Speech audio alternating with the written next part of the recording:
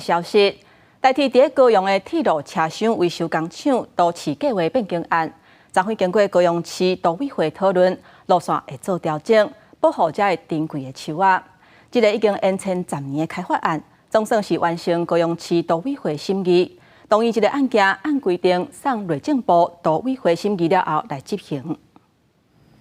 近10年代替高雄机场变更案，这次经过高雄市都委会大会讨论了后，审议通过。今天呢，透过所有的发言，那么跟委员的这个每一个人的这个共同的共识，那么决议了这个案子准以照案能够修正通过。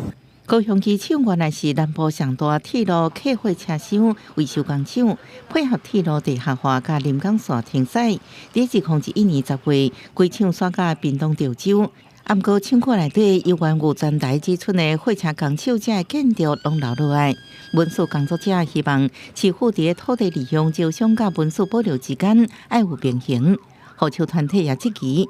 这个案件第20集公开展览，定询民意，支持到创关审议大会，违背定数证据，也看到厂区内底差不多9公顷的森林上青长老树，互人刷走破坏。有一些比较大棵的受保护树，应该也是要纳入原地保留、开发回避。但是目前它的建筑只要盖，它的景观只要规划，这些全部都可以移植掉的。那这个是我们在里面的计划书没有看到。市府都发局表示，这摆公电草案已经照3场座谈会促成人员的意见，对33张珍贵树仔经过调查指认了后，道路动线也配合调整。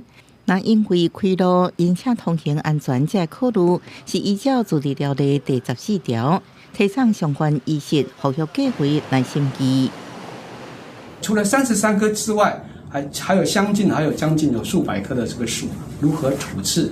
我们都会依循我们的这个树木修剪的相关办法，尽最大的努力把它给保护下来。民间团体关心老树甲文书保存，当地居民是烦恼，但因为老树无被开路，可能会造成严重的塞车。面对无同款的意见，市府表示会尽力协调，让这个计划案符合各方的需求。记者综合报道。